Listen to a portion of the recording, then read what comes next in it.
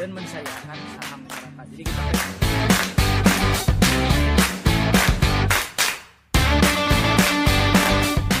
beda sama Jakarta, kalau orang Bandung tuh pasti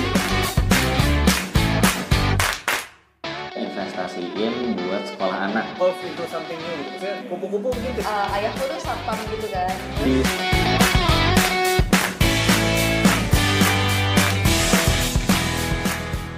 Selamat pagi, siang, sore, atau kapanpun waktu yang lo pakai buat dengerin podcast ini. Assalamualaikum warahmatullahi wabarakatuh. Kembali lagi bersama gue, Panji, di podcast Ngobrol-Ngobrol Bisnis.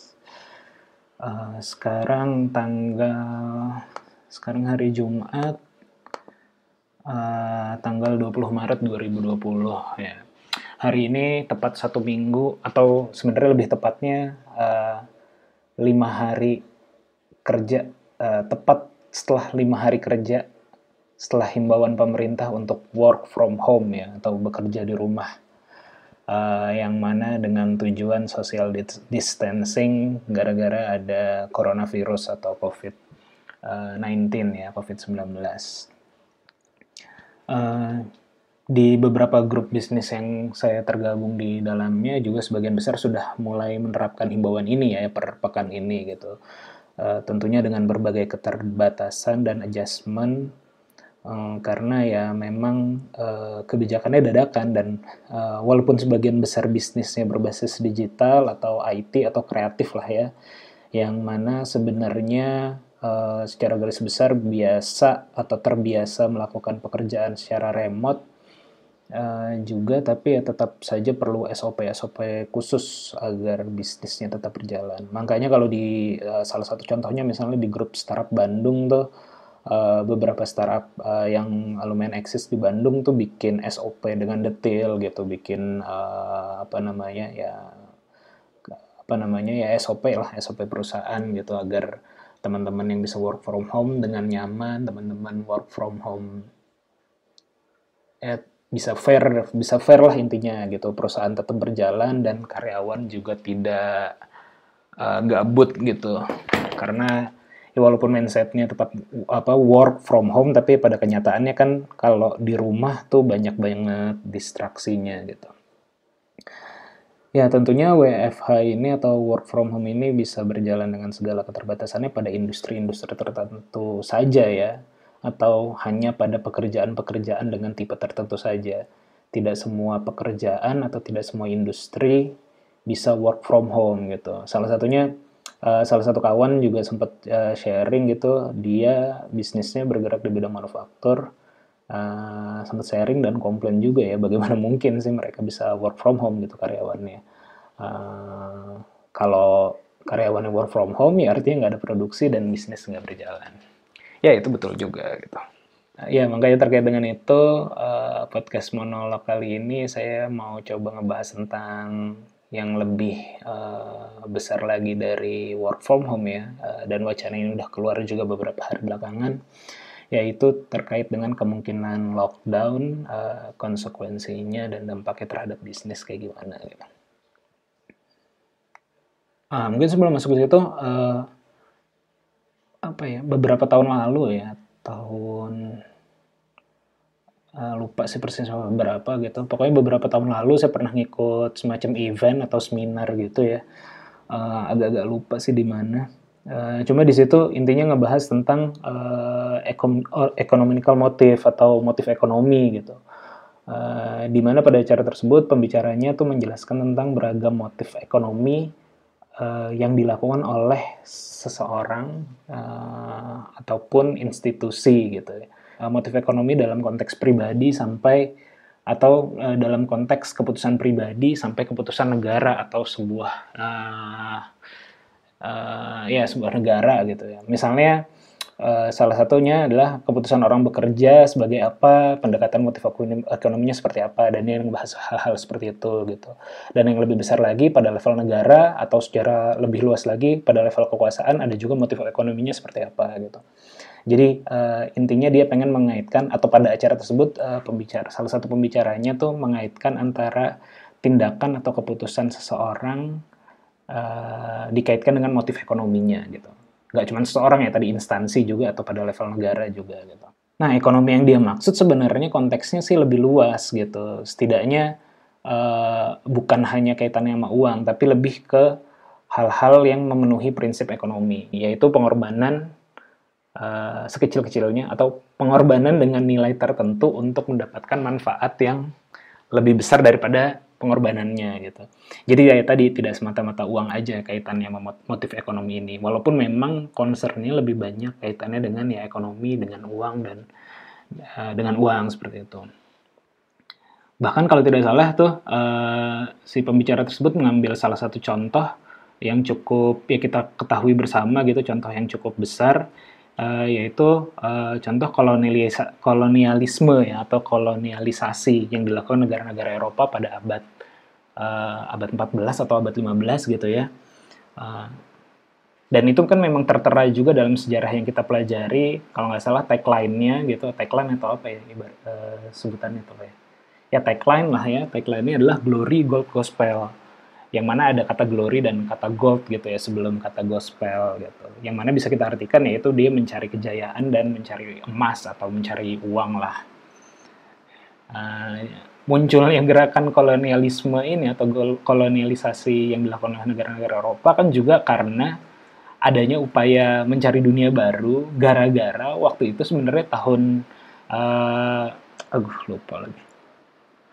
Tahun 1400-an lah. Tahun 1400-an lah ya, pokoknya tahun 1400-an tuh Konstantinopel yang tadinya dikuasai oleh Eropa gitu ya, oleh negara Eropa jatuh ke kerajaan Turki Utsmani gitu, jatuh ke kerajaan Turki Utsmani, kerajaan Islam gitu ya, sehingga waktu itu Eropa tuh sebagian besar Eropa terutama Portugis gitu ya, kehilangan akses untuk mendapatkan rempah-rempah dari Asia melalui jalur Konstantinopel. Kan secara posisi tuh Turki atau Konstantinopel itu kan benar-benar di perbatasan Asia dan Eropa ya. Makanya banyak perdagangan terjadi itu melalui jalur tersebut.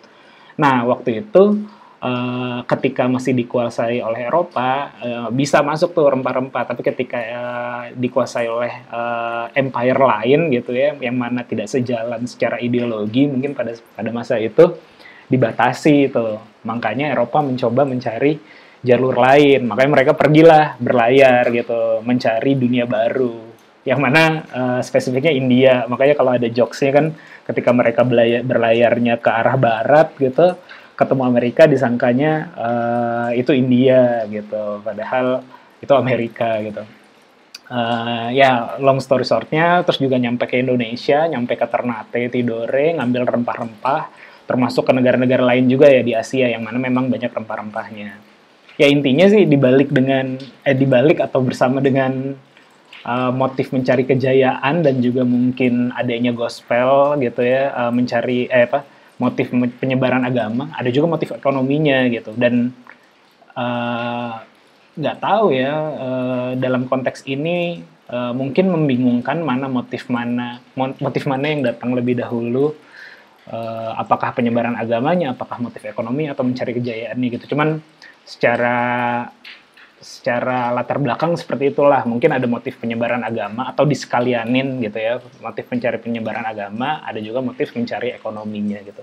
Dalam konteks ini memang dalam isu ini memang saya secara pribadi sih, kalau yang udah pernah dengerin podcast saya sebelumnya juga memang agak-agak bingung ya kaitannya sama motif ini sosial atau ya pokoknya motif ekonomi dan motif non-ekonomi itu memang agak-agak sulit membedakan kalau saya sulit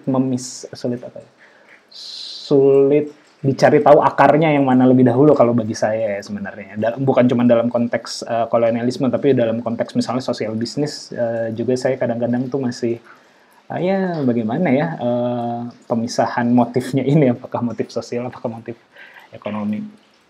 Ya balik lagi ke konteks yang saya mau bahas. Apa nih kaitannya antara motif ekonomi ini sama lockdown gitu kan, tadi mau ngebahas lockdown gitu. Sorry bentar matiin.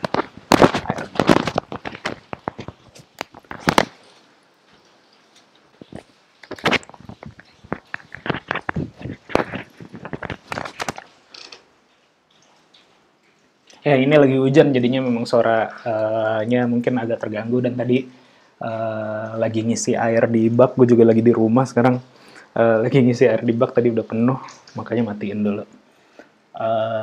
Tadi sampai ke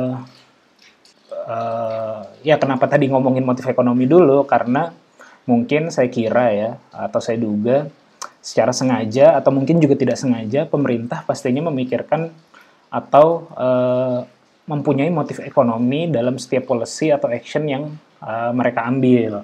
Dalam konteks lockdown juga mungkin seperti itu gitu. Makanya kan kemarin beberapa hari terakhir nih ada perdebatan lah ya, apakah Indonesia atau Jakarta secara spesifik di lockdown atau tidak gitu. Atau bahkan kita ambil jauh sebelumnya ya, bukan jauh sebelumnya, mungkin sebulan yang lalu gitu. Kalau nggak salah bulan Februari, ketika wabah Corona sudah mulai menyebar di dunia dan di beberapa negara-negara Asia gitu, kecuali Indonesia, beberapa negara-negara Asia Tenggara kecuali Indonesia belum ada infonya waktu itu. Pemerintah malah melakukan campaign memboost tourism gitu dengan membayar, ya berita gimmicknya sih membayar 72 miliar untuk influencer agar mengundang turis-turis asing untuk masuk ke Indonesia. Ya memang waktu itu, dan kita juga walaupun melihat kebijakan negara-negara lain yang mulai membatasi turis asing gitu, tapi waktu itu ketika Indonesia belum ada corona, kita juga menganggap itu sebagai berita yang ya oke lah, kenapa sih pemerintah seperti ini, tapi di sisi lain juga mungkin mensyukuri gitu karena adanya turis asing dan sok kepedean juga mungkin sebagian besar gitu. Ya tapi intinya mungkin yang saya lihat ya, yang gue lihat waktu itu motifnya pemerintah melakukan seperti itu dan mengambil momentum juga tidak lepas dari motif ekonomi gitu, karena tidak ingin kehilangan market gitu. Atau kalau ibarat kata atau kasarnya lah ya, mungkin pemerintah bilang ya toko lain tutup, datang nih ke sini, toko gue buka nih kayak gitu. Jadi ada motif ekonomi gitu, ada motif ekonomi ya untuk mengebus tourism yang memang lagi digadang-gadang sebagai industri Indonesia gitu, industri andalan Indonesia gitu. Dan mungkin yang lebih update lagi beberapa hari yang lalu gitu ya, di minggu ini juga kan ketika isu lockdown ini mulai naik lagi, Presiden gitu sebagai perwakilan pemerintah pusat juga malah mengumumkan ya press conference dengan tegas mengatakan urusan lockdown adalah urusan pemerintah pusat gitu, bukan pemerintah daerah. Dalam konteks kalau saya nggak salah waktu itu menanggapi Gubernur Jakarta yang kelihatannya agak overlap atau agak melebihi dari kapasitasnya waktu itu mengambil kebijakannya, mungkin ya kalau saya nggak salah ya. Dan secara administratif atau secara juridiksi juga saya sebenarnya nggak tahu sih sebenarnya urusan lockdown kalau secara kota itu kapasitasnya siapa, tapi mungkin ya setelah dijelaskan oleh Presiden ya itu adalah urusan pemerintah pusat ya atau ya Presiden. Ya tapi ya itu menurut saya bisa juga dilihat atau kita nilai sebagai bentuk cara menunjukkan power atau mungkin juga arogansi juga sih, yang mana juga mungkin ada pertimbangan lainnya untuk melakukan lockdown, yang mana dalam konteks ini mungkin saya tenggarai konteksnya adalah ya motif ekonomi gitu. Makanya lo nggak boleh semena-mena, ibaratnya dengan press conference tersebut pemerintah atau Presiden bilang lo nggak boleh semena-mena melakukan lockdown karena lockdown urusan gua gitu, yang mana ketika ada impact lainnya, ada ya dalam hal ini mungkin impact ekonominya terhadap jika diberlakukan lockdown kayak gitu. Kayaknya beberapa hari yang lalu atau kemarin ya persisnya, saya gue nonton videonya Asumsi TV, yang intinya sih ngebahas ya terkait dengan lockdown gitu, yang mana dijelaskan lockdown itu berat gitu, bahwa kalau yang dijelaskan oleh si Asumsi TV tersebut bahwa banyak pekerjaan yang tadi sebenarnya seperti saya mention di depan juga ya, banyak pekerjaan atau industri yang tidak bisa work from home gitu ya, seperti tadi manufaktur dan sebagainya gitu. Cuman yang dijelaskan kalau nanti teman-teman mau biar kontekstual gitu, mungkin bisa search dulu videonya Asumsi TV gitu, yang membahas tentang lockdown dan Indonesia mau lockdown atau tidak kalau nggak salah dari judulnya. Di sana dia menjelaskan kayak 74 juta orang Indonesia tuh masih bekerja di sektor informal, yang mana ya sektor informal ini mayoritas yang tadi tidak bisa melakukan kerja jarak jauh lah atau kerja remote gitu. Kayak termasuk kayak supir-supir Gojek yang punya warung-warung kecil di depan rumah, pedagang asongan kayak gitu. Termasuk juga UMKM yang memang basisnya adalah toko kayak gitu ya. Kalau lo buka toko lo dapat duit, kalau lo nggak buka toko atau nggak buka warung lo nggak dapat duit. Makanya belum bisa tuh belum bisa work from home atau lockdown dilakukan karena banyak orang yang masih butuh pemasukan harian seperti itu. Kalau ibaratnya mereka tidak melakukan kegiatan ekonomi, mereka tidak dapat uang, maka padahal lockdown tuh ngendep aja di rumah, tidak melakukan apa-apa, tidak ada kegiatan ekonomi yang berputar di sana dan butuh uang tentunya gitu. Makanya si videonya Asumsi tuh bilang ya kayaknya pemerintah tidak memungkinkan deh untuk melakukan lockdown gitu, atau tidak akan berani melakukan lockdown gitu. Di situ juga nyebut 70% ekonomi Indonesia tuh masih disupport oleh Jakarta, yang mana ya kalau kita nggak ngomongin Indonesia lockdown tapi Jakarta yang lockdown lah, ya 70% siap-siap mandek nih ekonominya gitu.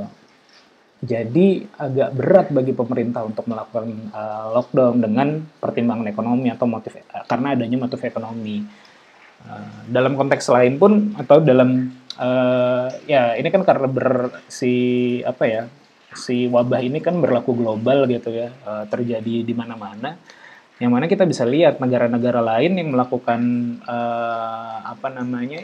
yang terkena dampak atau imbas dari adanya corona juga, yang melakukan lockdown, pemerintahnya mengambil inisiatif yang cukup ekstrim dan dalam konteks ekonomi ya cukup mahal gitu ya. Misalnya kayak di Hong Kong atau Cina gitu, mereka tuh ngasih subsidi untuk masyarakatnya bulanan, ngasih hampir 20 juta per bulan atau 10 juta per bulan gitu.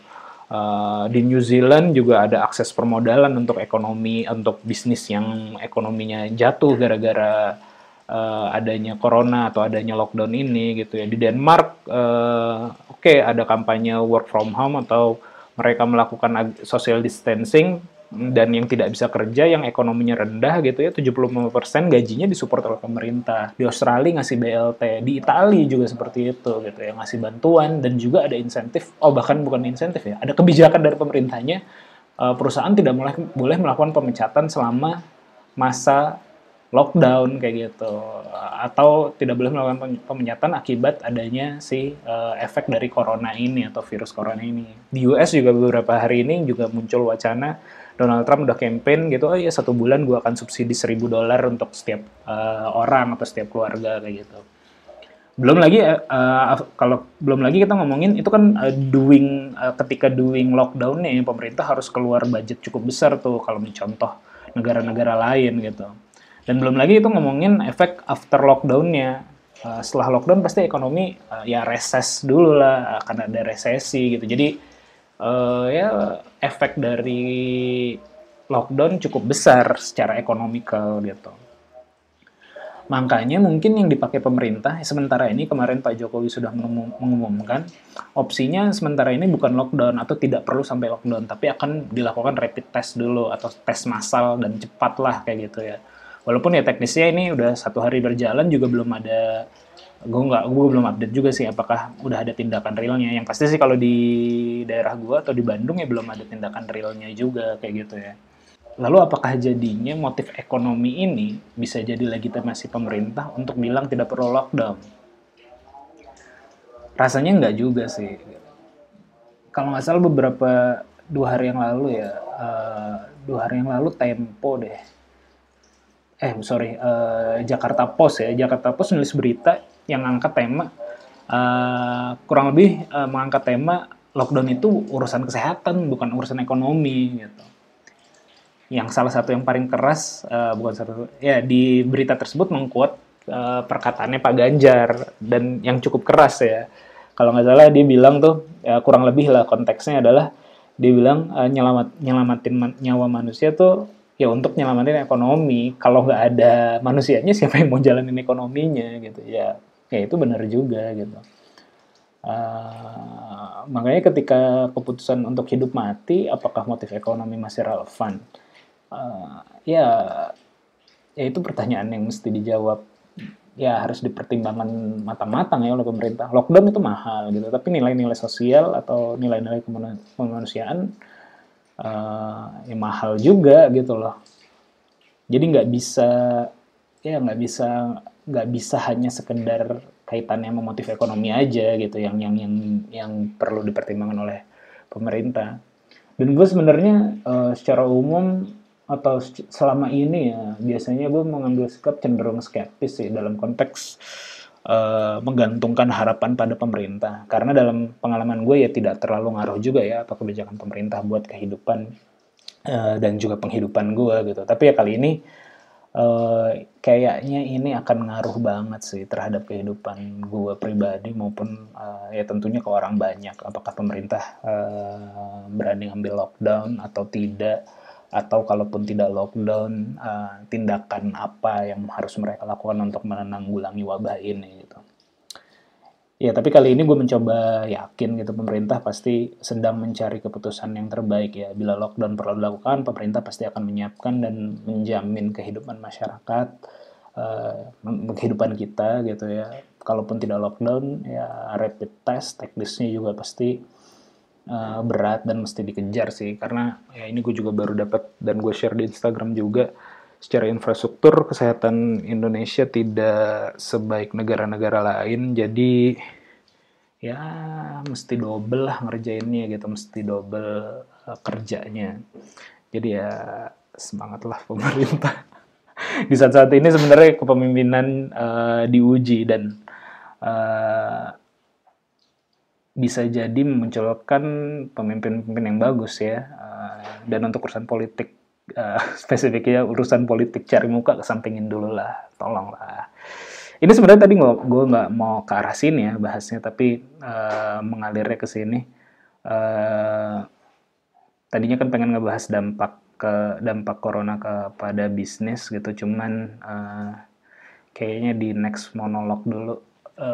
Sekarang udah mau jam 3 dan gue belum makan siang, jadi kelihatannya mau makan dulu.